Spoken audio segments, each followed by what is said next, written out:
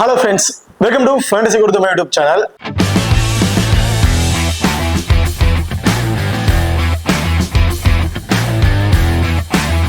நீங்க இன்னும் நம்ம சேனலை சப்ஸ்கிரைப் பண்ணல மறக்காம சப்ஸ்கிரைப் பண்ணிக்கங்க. அப்படியே பக்கத்துல பெல் ஐகான் கிளிக் பண்ணி ஆன்ல கொடுங்க. நான் போடக்கூடிய வீடியோக்கள் எல்லாமே உடனுக்குடன் பாருங்க.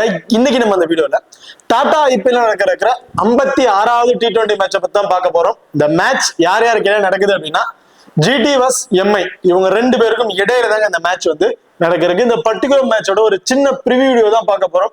வீடியோவை கடைசி ஸ்கிப் பண்ணாம பாருங்க.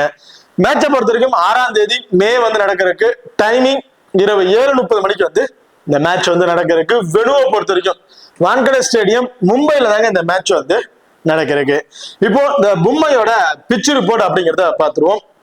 ஸோ இந்த மும்பையோட பிச்சை பொறுத்த வரைக்கும் ஓவராலா மும்பை பிச்சுன்னு இல்லை, இந்த சீரீஸ் நடந்த எல்லா வெனுவிலுமே பேட்டிங்க்கு ஒரு ஃபேவரான வெனுவா தான் கொடுத்துருக்காங்க. ஒரு ஹை ஸ்கோர் வெனுவா தான் வந்து இருந்திருக்கு.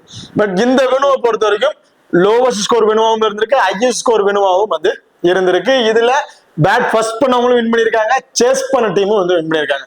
பட் ஆக்சுவலி இந்த பிச்சோட ரிப்போர்ட்டை பொறுத்த வரைக்கும் சேஸ் பண்ற டீமுக்கு தான் அதிகமான வின்னிங் ரேஷியோ வந்து இருக்கு அப்படிங்கிற மாதிரி கொடுத்துருக்காங்க. பட் இந்த சீரீஸ்ல கிட்டத்தட்ட 4-2 மேட்ச் வந்து பாத்தீங்கன்னா ஃபர்ஸ்ட் பேட் பண்ண டீம் வந்து வின் பண்ணியிருக்காங்க. ஸோ எல்லா மேட்சுக்குமே நம்ம ஸ்டார்ட் ஆகிறதுக்கு முன்னாடி ஒரு பிச் ரிப்போர்ட் கொடுப்பாங்க. அந்த பிச் ரிப்போர்ட்டை நம்ம டெலிகிராம்ல வந்து கொடுக்குறோம். ஸோ அந்த பிச் ரிப்போர்ட்டை பாருங்க. எப்ப நடந்த மேட்ச், அதாவது இப்போ ஆர்சிபி மும்பைக்கு ஒரு மேட்ச் நடந்துச்சு. அதுல வந்து பாத்தீங்கன்னா பேட் ஃபர்ஸ்ட் பண்ண டீம் வந்து வின் பண்ணாங்க. அடுத்ததா மும்பை அண்ட் லக்னோ அவங்களுக்கு கிடையாது அந்த மேட்ச் வந்து பாத்தீங்கன்னா மும்பை பேட் ஃபர்ஸ்ட் பண்ணி அவங்க வின் பண்ணாங்க. ஸோ எந்த மாதிரி பிச்சில் வந்து நடக்குது அப்படிங்கிறதும் ஒரு ரிப்போர்ட் வந்து கொடுப்பாங்க. அந்த ரிப்போர்ட்டும் வந்து நம்ம டெலிகிராம்ல கொடுக்குறோம். அதை பார்த்துட்டு அதுக்கு தகுந்தவர்கள் நீங்க டீமை வந்து மேக் பண்ணிக்கிங்க. ஸோ இதை பொறுத்த வரைக்கும் போத் இன்னிங்ஸ்ல பேட்ஸ்மேனுக்கு நல்லாவே ஃப்ரெண்ட்லியா இருக்கும்னு சொல்லலாம். பர்டிகுலரா ஃபர்ஸ்ட் பவுல் பண்ற டீமுக்கு நல்லாவே ஒரு விக்கெட்டிங் ஆப்ஷன் வந்து இருக்கும் அப்படிங்கிற மாதிரி இதுல எதிர்பார்க்கப்படுது. ஓகே, இப்போ அடுத்ததான் நீங்க நம்ம டெலிகிராம் சேனல் வந்து ஜாயின் பண்ணல அப்படின்னா மறக்காம ஜாயின் பண்ணிக்கோங்க. லாஸ்ட் ஹாஃப் அன் ஹவர்ல கிராண்ட் லீக் அண்ட் ஸ்மால் லீக்கோட ஒரு டெமோ டீம் வந்து கொடுக்குறோம். அந்த டீம்ல இருந்து உங்க தகுந்த பிளேயர்ஸா இருக்கட்டும் அல்ல கேப்டன் அண்ட் வைஸ் கேப்டன் இருக்கட்டும் சேஸ் பண்ணி பிளே பண்ணி பாருங்க. அது மட்டும் இல்லாம லாஸ்ட் ஹாஃப் அன் ஹவர்ல ஸ்போர்டசி ஆப்ல இருக்க பாப் ஆப்ஷன் அண்ட் குபேர ஃபேண்டசி ஆப்ல இருக்க டியோ ஆப்ஷன், அது ரெண்டுலயுமே நாங்க எந்த ஆப்ஷன்ஸ்ல ட்ரை பண்றோமோ அதே ஆப்ஷன்ஸ்ல நம்ம டெலிகிராம் சேனல்லையும் வந்து கொடுத்துட்டு இருக்கோம். ஸோ மறக்காம நம்ம டெலிகிராம் சேனல் வந்து ஜாயின் பண்ணிக்கங்க. டிஸ்கிரிப்ஷன்ல லிங்க் இருக்கு. ஓகே, பார்த்ததா நீங்களும் நம்ம XL11 ஆப்பை வந்து இன்ஸ்டால் பண்ணல அப்படின்னா மறக்காம இன்ஸ்டால் பண்ணிக்க. டிஸ்கிரிப்ஷன்ல லிங்க் இருக்கு. Invite code FGT.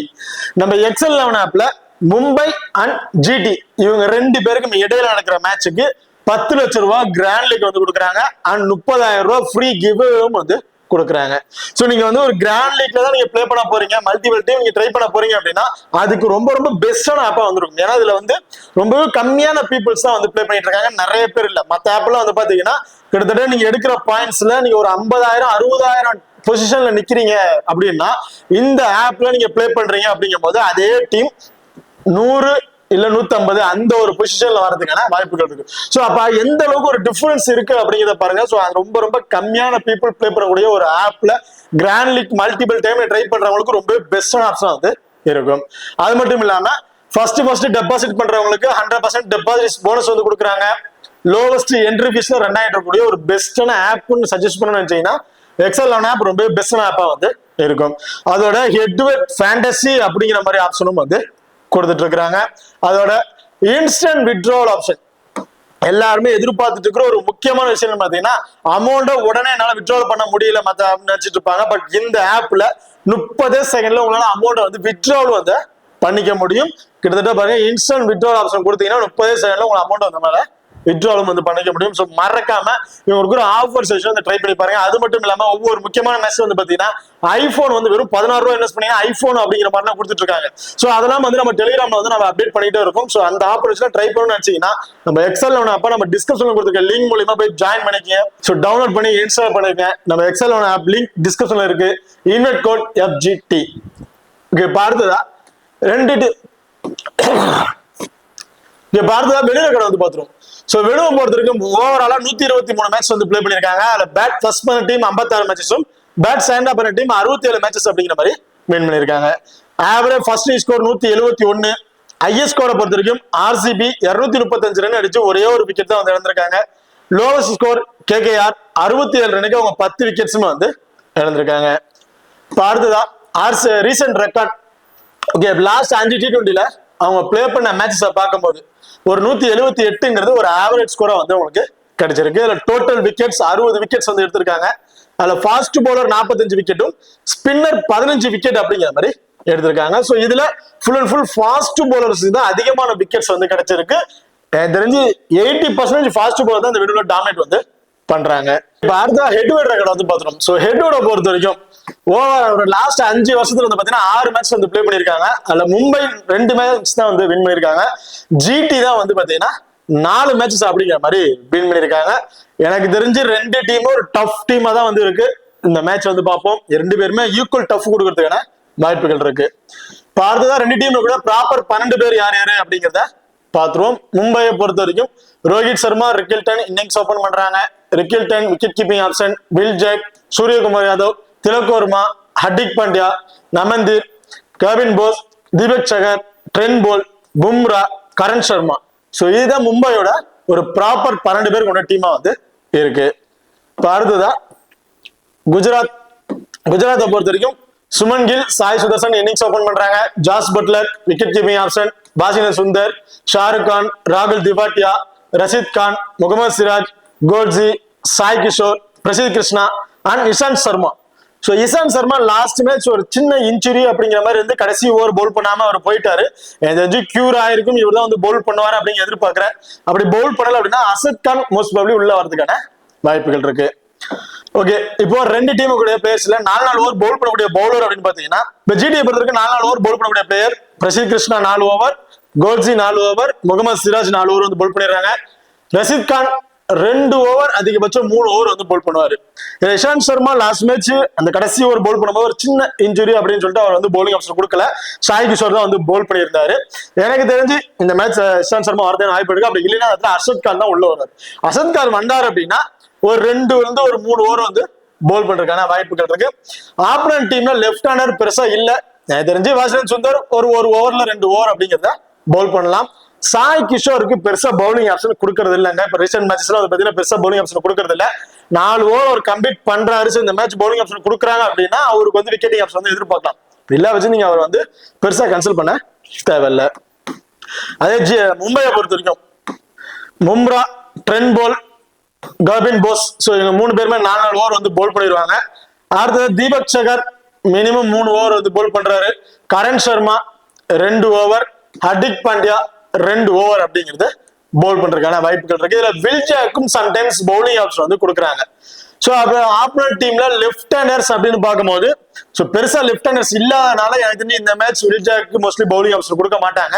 மற்ற பவுலர்ஸ் அவங்களோட பவுலிங் ஆப்ஷன் வந்து முடிக்கிறதுக்கான வாய்ப்புகள் இருக்கு.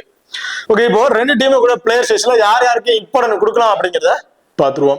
மும்பையை பொறுத்த வரைக்கும் ரோஹித் சர்மா, ரிக்கில்டன் 2 பேருமே இன்னிங்ஸை வந்து ஓபன் பண்றாங்க. ரிக்கில்டனை பொறுத்த வரைக்கும் விக்கெட் கீப்பிங் ஆப்ஷன் அவர் பண்றதுனால அவர் வந்து நம்ம போத் இன்னிங்ஸ்லுமே இம்பார்ட்டன்ட் கொடுத்துக்கலாம். ஏன்னா இந்த வெனுவுல மற்ற வெனுல ஓவராலா ஐபிஎல் வந்து பாத்தீங்கன்னா விக்கெட் கீப்பருக்கு பெருசா வந்து பாயிண்ட்ஸ் கிடைக்கல. பர்டிகுலரா இந்த வெனுவுல வந்து ஒரு ஓவராலா ஒரு 12 இருந்து 16 பிளஸ் ஃபேண்டசி பாயிண்ட் அப்படிங்கிறது விக்கெட் கீப்பருக்கு வந்து கிடைச்சிருக்கு. சோ அப்ப ரிக்கில்டன் பேட்டிங் ஆர்டர் வரதுக்கு முன்னாடி ஒரு 16 பிளஸ் ஃபேண்டசி பாயிண்ட்க்கு ஒரு சூட்டபிளான பிளேயரா வந்து இருந்தாரு. அண்ட் பேட்டிங் ஆர்டர்ல ஒரு குயிக் ஃபயர் நாக் வந்து பிளே பண்றாரு. 25 வந்து ஒரு 30 பிளஸ் ஸ்கோர் அப்படிங்கறத எதிர்பார்க்கலாம்.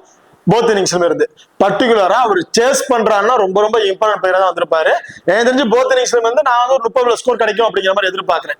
சோ பெரிய அளவுக்கு எக்ஸ்பெக்டேஷன் இல்லைனாலும் 25 பிளஸ் ஸ்கோர் அடிக்கிறார் அப்படின்னாலும் ஒரு 50 பிளஸ் ஃபேண்டசி பாயிண்ட் அப்படிங்கிறது ரிக்கில்டனுக்கு வந்து கிடைச்சிருது.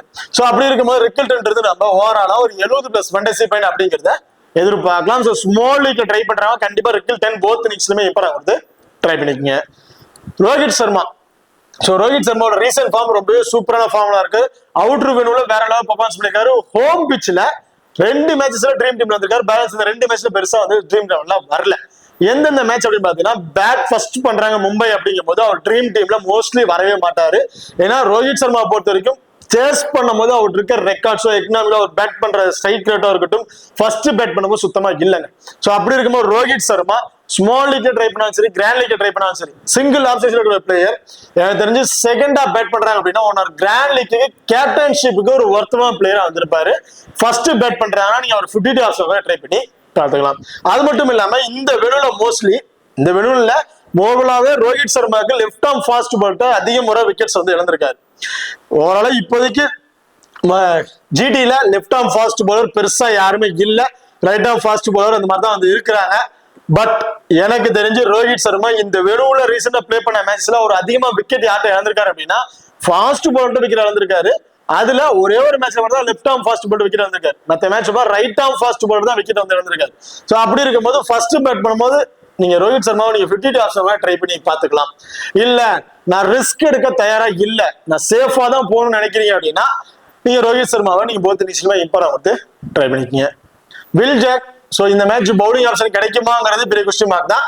பேட்டிங்ல வந்து ஒரு 25ல இருந்து ஒரு 30+ ஸ்கோர் வரையும் அடிக்கிறதுக்கான வாய்ப்புகள் இருக்கும் வில் ஜாக்கை பொறுத்த வரைக்கும். சூரியகுமார் யாதவ் போத் இன்னிங்ஸ்லயுமே ஒரு இம்பார்ட்டன்ட் பிளேயர். ஸ்மால் லீக்கு கேப்டன்ஷிப்புக்கு ஒரு ஒருத்தமான பிளேயரா வந்து இருப்பாரு. காரணம் என்னன்னு பாத்தீங்கன்னா அவருக்கு எந்த பொசிஷன் நீங்க பந்து போட்டாலும் சரி எல்லா சைன்ஸ்லயும் வந்து அடிப்பார். 360 டிகிரி எல்லா பக்கமும் அடிக்கக்கூடிய ஒரு பெஸ்டான பிளேயர் இந்த சீசன் அப்படின்னு பாத்தீங்கன்னா சூரியகுமார் யாதவ் தான். நீங்க எந்த பக்கம் பந்து போட்டாலும் அடிக்காரு. பவுண்டரி 6 தான் அதிகமா அடிப்பாரு. ஸ்டார்ட் அப்ல ஒரு 2-3 பால்ல நான் ஸ்டேபிளா நிப்பாரு.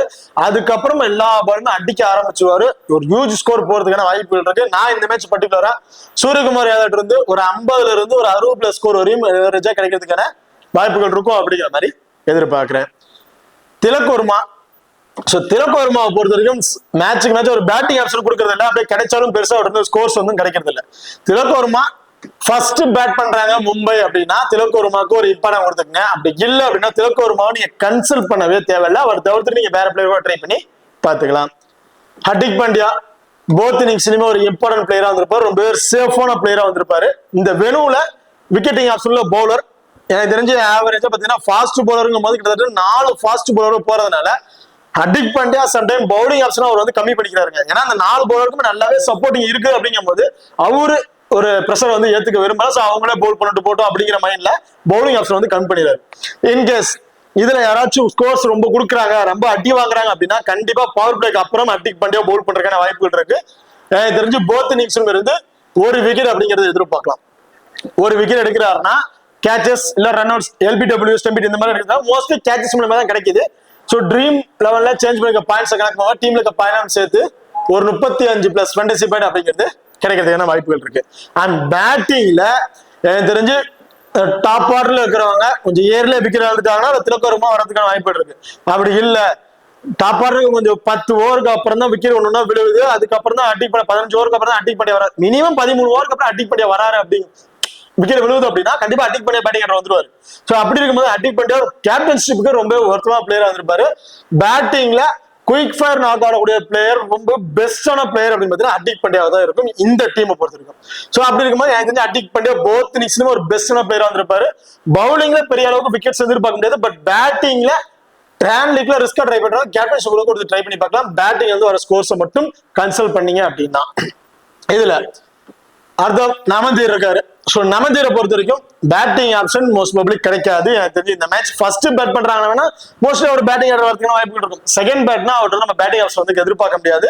நீங்க அவரை கன்சல்ட் பண்ணவே தேவையில்லை. கர்வின் போஸ் ஃபர்ஸ்ட் போல் பண்றாரு அப்படின்னா 2 விக்கெட் வரையும் எடுக்கிறதுக்கான வாய்ப்புகள் இருக்கு.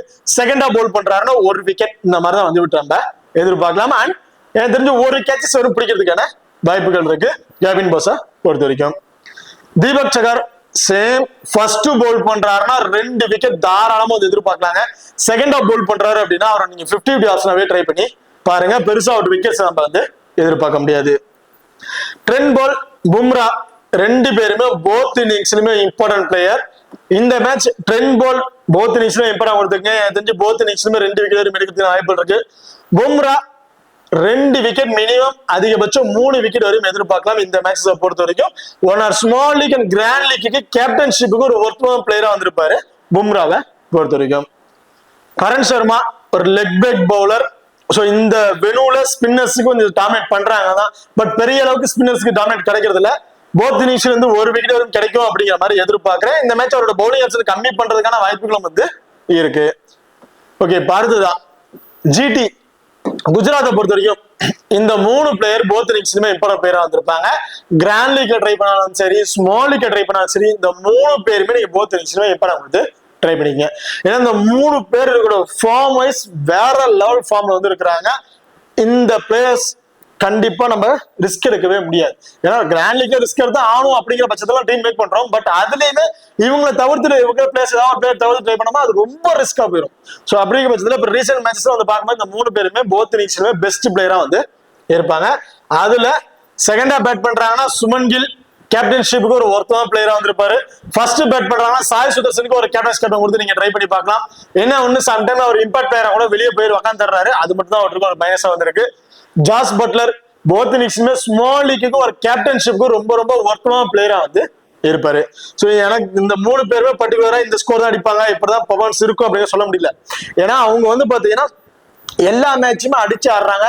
இந்த பர்டிகுலர் பேர்ல சாய் சுதர்சன் வந்துட்டோம்னா அந்த ஃபாஸ்ட் பவுலர் நல்ல ஸ்விங் வேரியேஷன் பவுல் பண்ணக்கூடிய பவுலர்கிட்ட விக்கெட்டை இழந்துட்டு இருக்காரு. லாஸ்ட் சீசன் பார்த்தாலும் சரி, இதே ஸ்டார்ட் அப்ல அந்த மேட்ச்ல பாத்தீங்கன்னா அந்த மாதிரி தான் விக்கெட்ஸ் வந்து இழந்துட்டு இருந்தாரு. பட் இப்போ நடக்கிற லாஸ்ட்ல வந்து ஒரு 4-5 மேட்ச் வந்து பாத்தீங்கன்னா ஸ்பின்னர்கிட்ட தான் கொஞ்சம் விக்கெட் வந்திருக்காரு. அதுவும் ஸ்பின்னர்ஸ் வந்து பாத்தீங்கன்னா பவர் பிளேக்கு அப்புறம் தான் பவுலிங் ஆப்ஷன் வராங்க. அதுக்குள்ள யாருமே ஒரு 35-40 ஸ்கோர் அப்படிங்கிறது அடிச்சிடறாரு. அந்த அளவுக்கு பேட்டிங்கோட ஸ்கில்ஸ் எல்லாம் வந்து சேஞ்ச் பண்ணிட்டு வராரு. ஸோ அதனாலதான் சொல்றேன், இந்த 3 பேருமே நீங்க போத் இன்னிங்ஸுமே இம்பார்ட்டன்ட் கொடுத்து ட்ரை பண்ணிக்கங்க. இல்ல நான் ஒரு ரிஸ்க் எடுக்க தயாரா இருக்கா அப்படின்னு வச்சீங்கன்னா சுமன் கில் ஃபர்ஸ்ட் பேட் பண்றாங்கன்னா அவரை தவிர்த்துட்டு நீங்க வேற பிளேயரோட ட்ரை பண்ணி பார்க்கலாம். பட் மத்த 2 பிளேயருமே நீங்க போத் இன்னிங்ஸுமே இம்பார்ட்டன்ட் கொடுத்து ட்ரை பண்ணிக்கலாம். வாஷிங்டன் சுந்தர் இந்த மேட்ச் பவுலிங் ஆப்ஷன் கிடைக்குமாங்கிற பெரிய கொஸ்டின் மார்க். கிடைச்சதுன்னா ஒரு ஓவர் வரையும் பவுல் பண்ணலாம், அதான் வந்து நம்ம எதிர்பார்க்கலாம். ஏன்னா ஆப்போனன்ட் டீம்ல லெஃப்ட் ஹேண்டர்ஸ் அப்படின்னு பாத்தீங்கன்னா பெருசா இல்ல, 2 லெஃப்ட் ஹேண்டர் தான் இருக்காங்க. அதனால மோஸ்ட் ப்ராபபிலி எனக்கு தெரிஞ்சு வாஷிங்டன் சுந்தருக்கு பவுலிங் ஆப்ஷன் வந்து கிடைக்காது. பேட்டிங்ல வந்து ஒரு 25+ வந்து ஒரு 30+ ஸ்கோர் வரையும் அடிக்கிறதுக்கான வாய்ப்புள்ள பிளேயரா வந்திருப்பாரு. ஸோ பேட்டிங்ல இருந்து மட்டுமே எனக்கு பாயிண்ட்ஸ் வந்து போதும் அப்படின்னு நினைச்சீங்கன்னா அதில் வாஷிங்டன் சுந்தருக்கு நீங்க போத் இன்னிங்ஸுமே இப்போ வந்து ட்ரை பண்ணிக்கலாம். இல்ல எனக்கு 2 விதமான பாயிண்ட்ஸ் தேவைப்படுறது வச்சுன்னா அந்த இடத்துல வாஷிங்டன் சுந்தரும் நீங்க கன்சிடர் பண்ண தேவையில்லை. ஷாருக் கான், ராகுல் திவாட்டியா இவங்க 2 பேரும் பேட்டிங் ஆர்டர் வந்தாங்க அப்படின்னா 2 பேர்ல இருந்து ஒரு 20 ஒரு 25+ ஸ்கோர் அப்படிங்கறத எதிர்பார்க்கலாம். பெரிய அளவுக்கு அவங்கள்ட்ட பாயிண்ட்ஸ் வந்து நம்ம எதிர்பார்க்க முடியாது.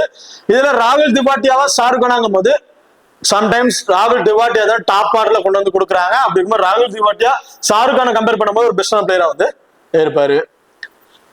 ரஷீத் கான், சோ நான் மேட்ச் வந்து சொல்லிட்டு இருக்கேன். ரஷீத் கானை பொறுத்த வரைக்கும் ஹோம்ல மட்டும்தான் விக்கெட்டிங் ஆப்ஷன் இல்ல, அவுட்டர்ல ரொம்ப சூப்பரா போல் பண்ணி நல்லாவே விக்கெட் எடுக்கக்கூடிய ஒரு பிளேயரா வந்து இருப்பாரு அப்படின்னு இந்த மேட்ச் எனக்கு தெரிஞ்சு ரஷீத் கான் ஃபர்ஸ்ட் போல் பண்ணாலும் சரி, செகண்டா போல் பண்ணாலும் சரி 2 விக்கெட் வரைக்கும் கிடைக்கும் அப்படிங்கிற எதிர்பார்க்கிறேன். ஸோ நான் ஒரு அவுட்டர்ல ஒரு பிளே பண்ண ரெக்கார்ட்ஸ் வச்சு பார்க்கும்போது வந்து கொடுக்குறேன்.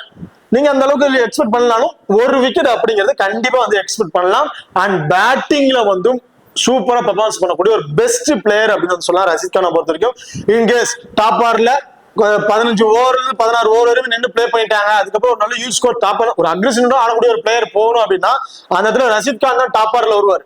ஷாருக் கான், ராகுல் திவாட்டியா அதுக்கு அப்புறம் தான் வருவாங்க. ஸோ அப்படி இருக்கும் போது ரஷீத் கான் பவுலிங்லயும் கான்ட்ரிபியூட் பண்றாரு, பேட்டிங்லயும் வந்து பெர்ஃபார்மன்ஸ் பண்ணக்கூடிய ஒரு பெஸ்ட் பிளேயரா வந்து இருப்பாரு. முகமது சிராஜ், ஸோ நான் ஆல்ரெடி லாஸ்ட் மேட்ச் வந்து சொல்லியிருந்தேன், ஹோம்ல செகண்டா பவுல் பண்ணும்போது ஒரு விக்கெட்டிங் ஆப்ஷன் நல்லாவே இருந்திருக்கு. பட் அப்படியே சேஞ்ச் அவுட்டர்ல வந்து பிளே பண்ணும்போது ஃபர்ஸ்ட் பவுல் பண்ணும்போது அவருக்கு விக்கெட்டிங் ஆப்ஷன் அதிகமா வந்து இருந்திருக்கு. ஸோ அப்படி இருக்கும்போது முகமது சிராஜ் ஃபர்ஸ்ட் பவுல் பண்றாருன்னா இந்த மேட்ச் 2 விக்கெட் வரையும் எடுக்கிறதுக்கு வாய்ப்பு இருக்கு. செகண்டா பவுல் பண்றாருன்னா 1 விக்கெட் இப்படிதான் வந்து எதிர்பார்க்க முடியும். Coetzee right arm fast bowler, எனக்கு தெரிஞ்சு ஸ்டார்டிங் பவர் பிளேல கோட்ஸி பவுல் பண்ணாரு அப்படின்னா ரோஹித் சர்மா, ஜாரு கோட்ஸிக்கு வந்து ஒரு பேட்டில் இருக்க வாய்ப்புகள் இருக்கு. ஃபர்ஸ்ட் பவுல் பண்ணாலும் சரி, செகண்டா பவுல் பண்ணாலும் சரி, இந்த மேட்ச் நான் 2 விக்கெட் வரையும் அவர்கிட்ட இருந்து கிடைக்கும் அப்படிங்கிற மாதிரி எதிர்பார்க்கிறேன். சாய் கிஷோர் பவுலிங் ஆப்ஷன் கொடுக்கறது இல்லைங்க, அவர் வந்து நீங்க 50 ஆப்ஷன் வந்து ட்ரை பண்ணி பாருங்க. இல்லைன்னா 90% வந்து கன்சல்ட் பண்ணாம ஒரு 10% ஒரு டீம்ல வேணா அவரை கன்சல்ட் பண்ணி ட்ரை பண்ணி பாருங்க.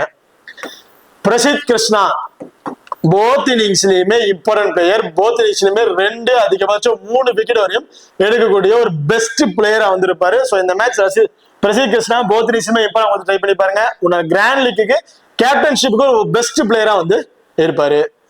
இந்த மேட்ச் இஷாந்த் சர்மா பிளே பண்ணாரு அப்படின்னா போத் இன்னிங்ஸ்ல இருந்து 1 விக்கெட் அப்படிங்கிறத எதிர்பார்க்கலாம்.